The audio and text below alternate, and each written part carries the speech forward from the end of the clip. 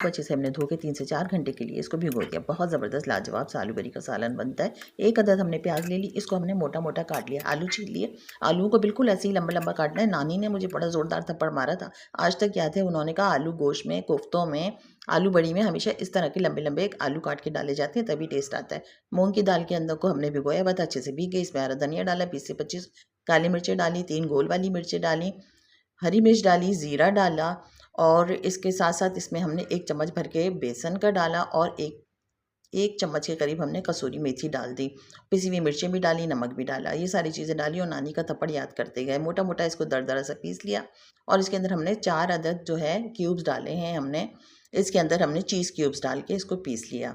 ठीक है, चीज़ क्यूब्स भी डालिएगा आप। अच्छा, इधर हम मसाला तैयार कर रहे हैं। 1 अदद बड़ी वाली हमने प्याज ली, खूब बिग साइज़ की। उसके अंदर हमने 1 चम्मच पिसी हुई मिर्चें डाली, आधी चम्मच हल्दी, आधी चम्मच धनिया और नमक डाल के हमने उधर मसाला पीस लिया।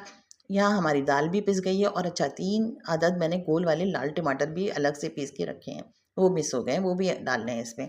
यहाँ हमारी बड़ियाँ फ्राई हो रही हैं ज़बरदस्त सी। आप इन बड़ियों को फ्राई करके धूप में भी रख सकते हैं, और आप बगैर फ्राई किए भी धूप में सुखा के बना सकते हैं, लेकिन मैं इसी तरह फ्रेश बनाती हूँ। लहसुन अदरक का पेस्ट डाला ऑयल में, मसाला जो हमने पीसा था वो डाला, टमाटो पेस्ट डाला, इसके साथ साथ हमने इसके अंदर पेपरिका डाल रहे हैं।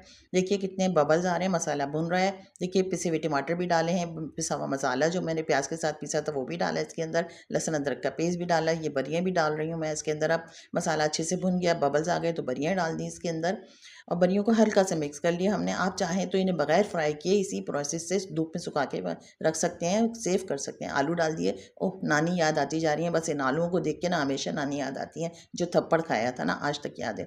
पानी डाला इसमें, इसको ढक दिया हमने, थोड़ा पकने दिया। देखिए बबल्स आ गए, मसाला अच्छे से तैयार हो गया, आलू भी गल गए। बहुत लाजवाब, बहुत टेस्टी, इतना मज़े का ये होता है ना सालन के, आपके मुंह में इसका जायका बरसों रहेगा, इतने मज़े का होता है। बस हम इसको नान के साथ, चपाती के साथ खाएंगे। आप चाहें तो चावल के साथ भी खा सकते हैं। अगर मेरी रेसिपीज़ पसंद आती हैं तो मेरे चैनल को प्लीज़ फॉलो ज़रूर कीजिएगा। इंशाल्लाह फिर मिलूंगी। अल्लाह हाफ़िज़।